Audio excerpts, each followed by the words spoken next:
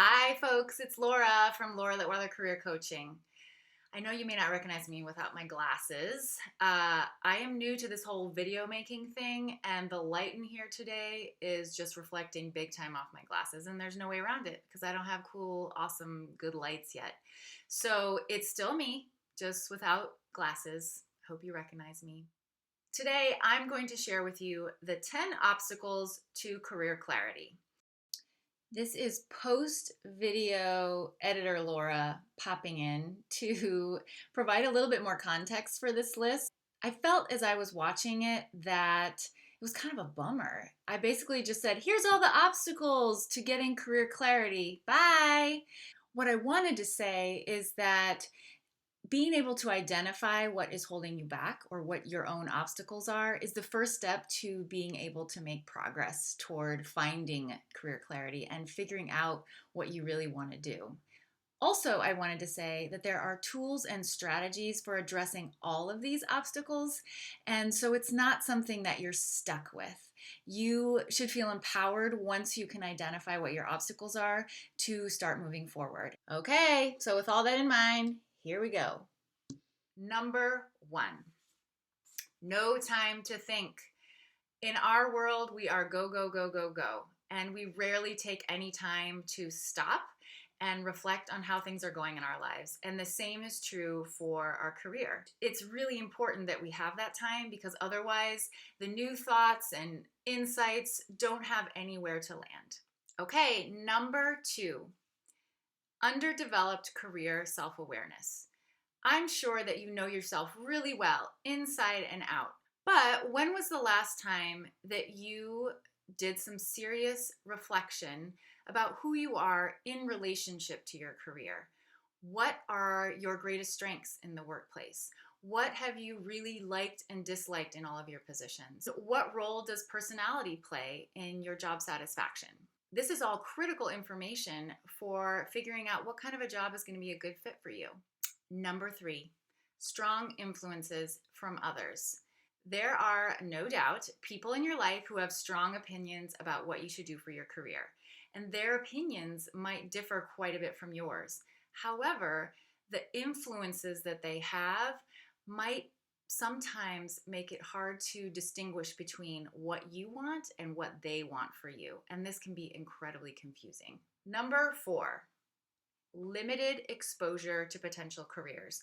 There are millions of careers out there, and we are only aware of a very small sliver, and so it's no wonder that we have a hard time imagining what else could be possible for us.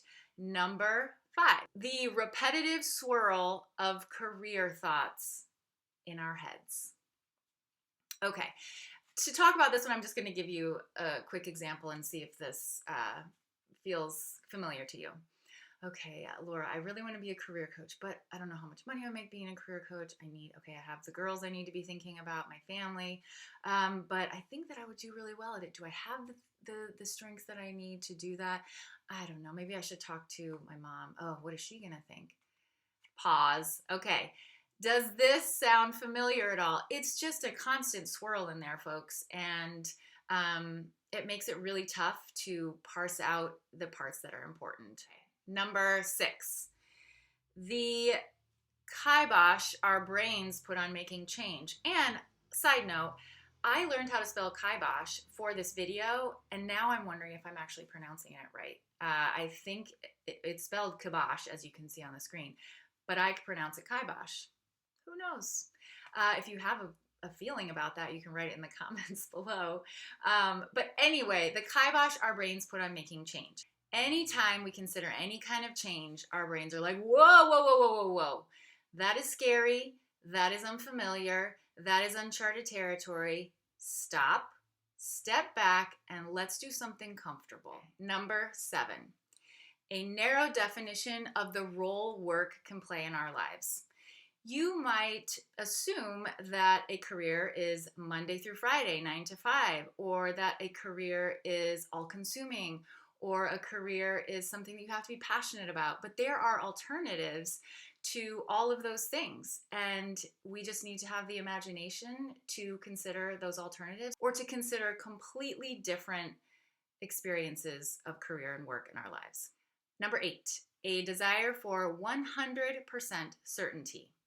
And by this, I mean we want to be completely confident that we are making the right career choice at this particular time. We want to feel that there is no alternative and that this is what we need to be doing.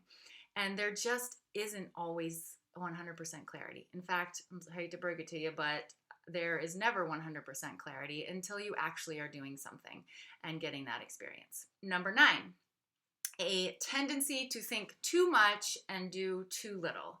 Now, I personally know that I have a tendency to want to think my way through a problem, and I have in the past approached my career the same way.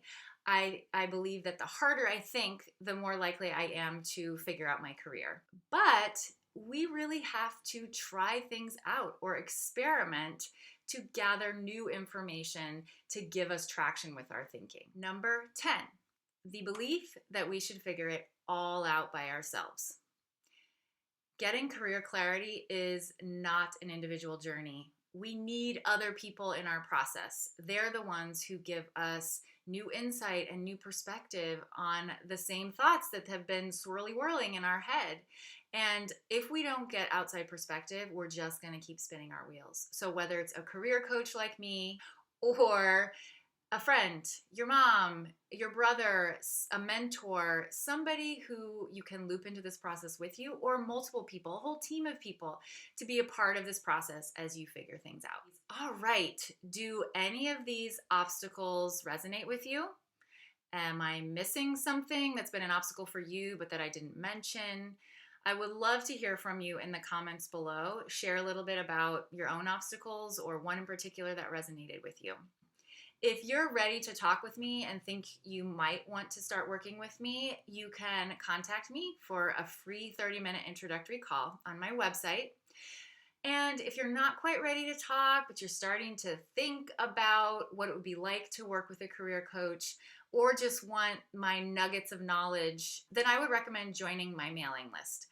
There are instructions in the description below, but essentially you just email me at coach@lauralitweiler.com and tell me you want to be on the mailing list. I hope this video helped you in some way. If you liked it, you can give it a thumbs up below. And if you want to keep up to date with any other videos that I'm putting out in the future, please subscribe to my channel.